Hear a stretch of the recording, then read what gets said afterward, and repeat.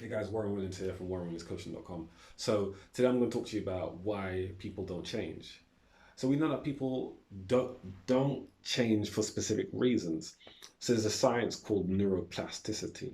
Neuroplasticity, it basically talks about how we can rewire our brains, or more accurately, our minds, and our minds relate to our thoughts. We can reshape our thoughts based on choice. So it doesn't take a second longer to make a healthy choice than it does to make an unhealthy choice. The amount of time to make the choice makes is the same. But it's getting to that point that's the challenge because most people are, as we know, creatures of habit. So there's a field in science called psychoneural immunology, and it's the study of how the psychology or the mind can affect the biology. So your psychology has no respect for your biology in general terms. The reason why we know this is because we can generally make unhealthy choices. If your psychology or mind respected your biology or body, it would be impossible to make a bad choice. It would be impossible to be gluttonous or to overeat. It would be impossible to self harm. It would be impossible to eat bad food or foods that you know are bad and so on. But because we do these things, we know that the psychology doesn't respect the biology. We know that suicide rates in the world are going up. There's more counselors, more doctors, more psychologists than there's ever been in recorded history. But yet there are more and more people that are committing suicide. So we know that people are holding trauma at a cellular level in their bodies and not really being able to express that and not being able to change their negative thoughts.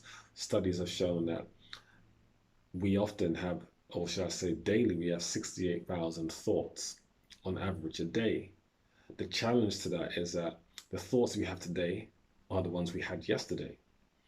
And well, statistically, it's 95%. So 95% of the thoughts that we have today are the ones we had yesterday. The challenge to that is that 90% of those thoughts are negative. So we are conditioned patterns or bundles of beliefs that are being perpetuated from one day to the next. So, because most people have 68,000 thoughts and most of those thoughts are negative, we are constantly in a negative mindset. And because we're in a negative mindset, and because thoughts themselves hold at a cellular level in our body is an imprint of our thoughts, feelings, and emotions. So, as often said, is your body is a printout of your beliefs or your thoughts, your consistent beliefs and thoughts. So, knowing this, we know that we are in an oppressive state most of the time in our physiology. There's a joy center of the brain called the septum pellucidum, scientifically called that term. It represents a point in the brain that is between two hemispheres of the brain, the septum pellucidum. Now, this part of the brain, as I said, is called the joy center, or scientifically called the joy center. And scientists have found that when compared to mammals and other animals, and also of older living humans that they found from thousands of years ago, they found that the septum pellucidum is now 3 times smaller than it was thousands of years ago. So what it means is that we are experiencing less joy. So it just baffles me when you see people today, they think the world's getting better and better. But it's not, it's getting worse. We're becoming more externalized and more less internalized. So that's why the joy center is going down. It's getting smaller. So our capacity to experience joy is diminishing, which is why most of the time people go to extreme measures to experience joy, such as going to extremes, such as having a bungee jump or taking specific plant medicines, which doesn't not not really bad things about plant medicines. I'm just saying that people are going to extremes to find that connection and taking hard drugs and just different things to experience joy because we're finding it hard to experience joy. Think about the films that for those of you who are more than in your 20s or even have watched older films, look at the films from like 30 years ago that had a rated 15 rating versus the films of today that have a PG or a PG 12 rating. The films today that are PG 12 are worse than the rated 15 or even rated R films 10, 15 years ago, because we're becoming so much more desensitized to violence that we're accepting of more violence. So often, I mean, I went to the cinema some time ago and I saw a child, like a 4 or 5 year old, sitting on the lap of his mother or father, watching like a rated 18 film. I was like, seriously? So we're taking in so much negative information all the time, even the news. Don't watch the news, as far as I'm concerned. Don't watch the news. It's just so negative. So become informed, but don't just sit and just digest the news because it keeps you in a negative state. So how do we change? Obviously I've given you a lot of the background behind it. So change is so hard, but again, change is a condition. So I always say that people do want to change, they just don't want to be changed. And what that means is they don't want someone else coming along and making them change. They want to make sure change happens through them.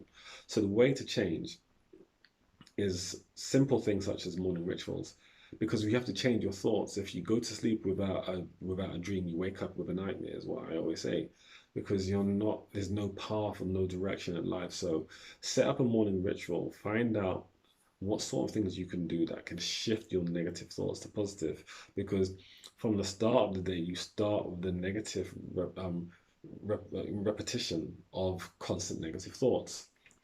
So a morning ritual, do a gratitude journal. Fantastic. Just get a book, and you can just buy stuff online where you can actually buy gratitude journals and it guides you through it. That's fantastic because it helps to shift your negative thoughts, because we are so focused on finding negative things to almost say, see, I knew it, to justify our thoughts. We seek negative things to justify it. But if you start working on journals, it forces you to shift your viewpoint to a positive mindset. So 5 minutes a day, write journals. Every day, spend 5 minutes in silence. It might seem like, if I say that, you think, oh, that's easy. Try it. Like in absolute silence. Don't look at your phone. Nothing like that. Just absolute silence. I read a study that actually I heard someone explain about a study that was done, I think last year, 2018, and they basically had these guys that were locked, not just guys or males, but males and females that were locked in a room, and for 20 minutes, and they were just had to be in total silence. And if they didn't want the silence, they could get an electrocution stick stuck into them. And at the start of the test, they all said, well, I don't want electrocution stick. 90% of all the people that did the study for 20 minutes opted, once they were in the study, having to be silent, opted for the electrocution stick, because they'd rather get stung or hurt than experience absolute silence. Go look it up, guys. I've looked it up and it's crazy. It's real. So being in silence is very hard, but it helps to retrain the mind to shift itself from negative mindset. So try being in silence. It calms the body down. Another thing you can do is go for walks. Just go for walks in nature. Not have your phone on you. Don't just stare at your phone and go on Instagram and all these sort of things, but just absolute silence. Just go for a walk in nature and appreciate the beauty of nature. Because again, once you start to appreciate, it shifts the perception from negativity into positivity. Because when you see birds flying, you see bees pollinating, you see trees blowing in the wind, you start to appreciate positivity, and it helps to shift the negative mindset. Start practicing deep breathing exercises. This is a massive movement nowadays for breath work. Go and practice breathing exercises. Breathing shifts the body into a parasympathetic or calming state. We have a sympathetic and parasympathetic state in the body, or the sympathetic being the fight flight response when you're reacting to danger, and the parasympathetic being the rest, digest, and calming state of our bodies. So it helps to shift you into that calming state. You can also do Tai Chi, Qigong. I don't tend to tell people to go into meditation because meditation is quite an extreme thing. And if you've not been into mind body sort of stuff, it's quite a hard concept to do. So Tai Chi, Qigong are brilliant exercises. So there are so many different things that you can do. Cold showers are fantastic. Not for long, like 15 seconds. Build yourself up into it. That shifts the body into a parasympathetic state.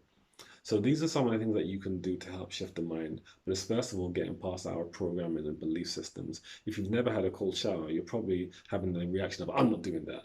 That's another program in the mind. So we have to get past our pre-programmed beliefs and biases in order for us to be able to heal the mind and the concepts of our mind. Because remember, the helping hand you're looking for is at the end of your own arm.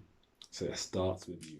And as the Native Americans say, we are the ones we've been waiting for. It's not somebody up in the clouds, it's us. So we have to start with our own personal actions and choices. Peace.